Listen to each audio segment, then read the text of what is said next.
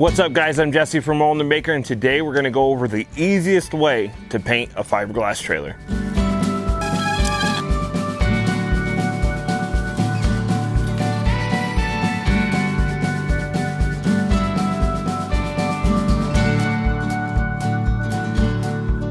If you guys haven't subscribed already, make sure you subscribe for other camper remodels, other camping features, plus other DIY general projects. We want to thank today's sponsor, which is Zip Dee Awnings. Zip Dee make the highest quality awnings. You'll see them on every Airstream. They have a vintage vibe along with American-made products. They are awesome people, great customer service, so make sure you check them out at Zip Dee Outdoors. So we bought a 2006 fiberglass trailer. This is a Wave trailer by Thor Industries. Now this trailer is just a flat fiberglass, which makes it a little easier to paint compared to the old vintage trailer that we previously had, and which had the ribbed sides. Now since it was completely flat, we wanted to try something new. Our old trailer we sprayed on the paint, and this one we wanted to try to roll it on. With it being completely flat, we thought there'd be a good chance that we'd be able to do it as long as we liked the texture. So that's what we ended up doing.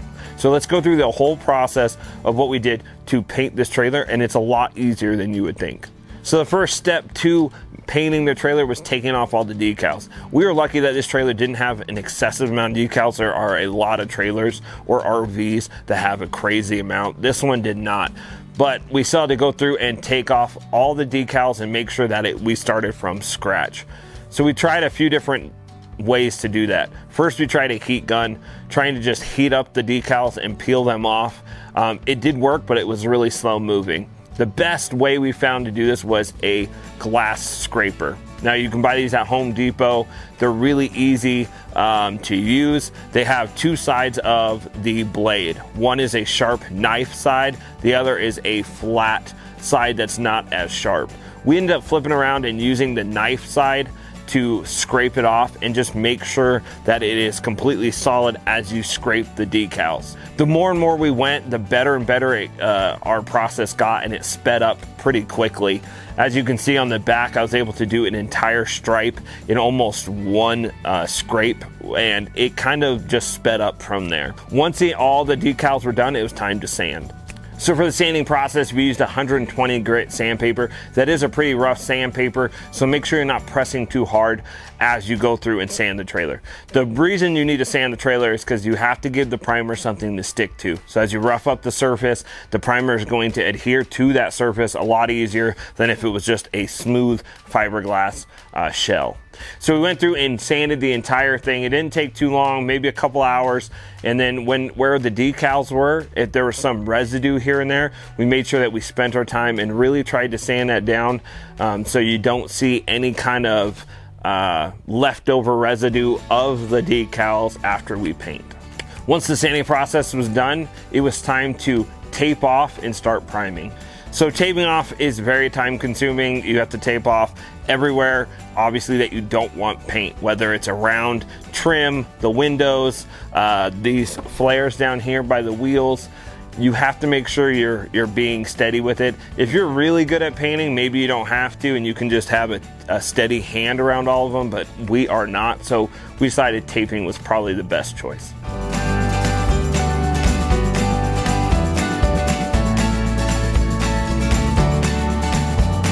We used an exterior primer from Behr. Now this exterior is a high grade primer, and it is good with fiberglass. You get to make sure we went through and read the different materials it will stick to, and fiberglass was on that list, so we were good to go. Once the entire shell of the trailer was primed, we could start getting ready to paint.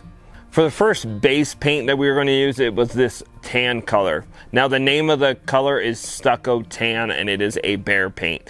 Once again, we used a high quality exterior paint. This is a semi-gloss finish. We marked off where we wanted the last stripe for the tan to be, and so we knew we needed to go below that so that when we apply our tape for the blue, it would be tan underneath that tape. We went through and rolled on the tan color everywhere. The only times we used a brush was along the edges where we really couldn't use a roller to get to those fine details and curves. We tried to use the brush as little as possible. The reason is because the brush is going to give you brush strokes, and it's going to give you a texture on the fiberglass if you don't brush them out. So we try to use the roller as much as we can, and then the brush would just be along the edges and around the windows, etc. So we did the sides, the front, and the back, and made sure that tan was completely done. We went back and did a second coat, made sure that there was no primer sticking through or any low spots that we missed. After the tan, the first step we did was the navy blue. We pulled the tape and made sure we had the tan stripe taped off, and then we were able to paint down below it. So from previous projects, that if you paint into the tape, it's going to bleed under. So what we do is we start at the tape, on top of the tape, and paint down. And what it does is it keeps that line really crisp and clean. I did that slow, tedious process, 2 coats all the way along the stripe. Once that was done, we would pull that tape off while the paint was still wet. If you pulled it off after everything dried, you have a chance of pulling the paint off with it, and you don't want that. So make sure that the paint is still wet when you pull your tape. We rolled on everything else. We tried to make sure there was the least amount of texture from the brush strokes, so we would get the roller as close as we can to that line we created. We went carefully around all the trim and windows, and we did the front and the back as well. The front and the back have a different design than the sides. The sides are pretty straightforward with straight lines. The front and the back, we gave it an angled front where it actually tapers down, and then the back where it tapers up. So the back has a ton of blue. The front has not a lot of blue, but it gives it a lot more character than just straight lines all the way across. Now this was about midday. We were fighting with some heat, so we decided to wrap it up for the day.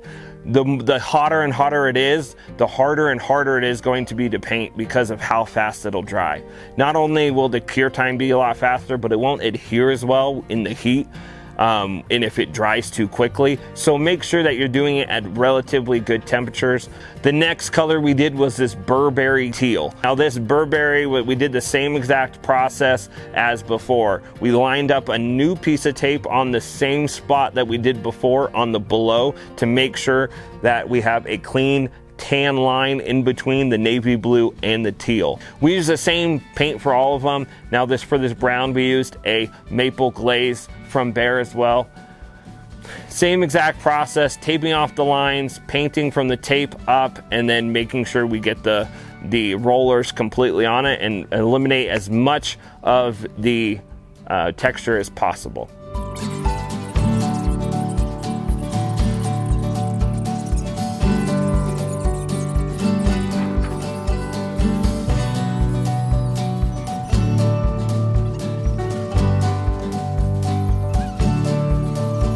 So last step to the process was painting the wheels.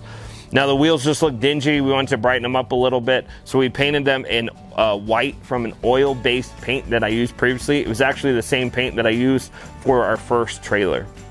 Now I primed it with the same primer we used for the fiberglass, and then we added that white paint, oil-based paint on top, and we just brushed it all on. Took a little bit of time, but not very long. And then the hubcap caps that cover the lug nuts, we just spray painted that black with an exterior spray paint that we had on hand. Some other little things we painted was the tongue and also the bumper. Now we just went through with an automotive black paint, and I made sure I sanded it, the metal, so there wasn't as much rust, and painted over it, and it's worked really well. It gives it a fresh look so it doesn't look dingy, because we had everything else painted, but it still looked a little old, a little run down because that wasn't painted. That helps an absolute ton. A little can of spray paint goes a long way. Here's some pros and cons that we learned painting the trailer. Pros.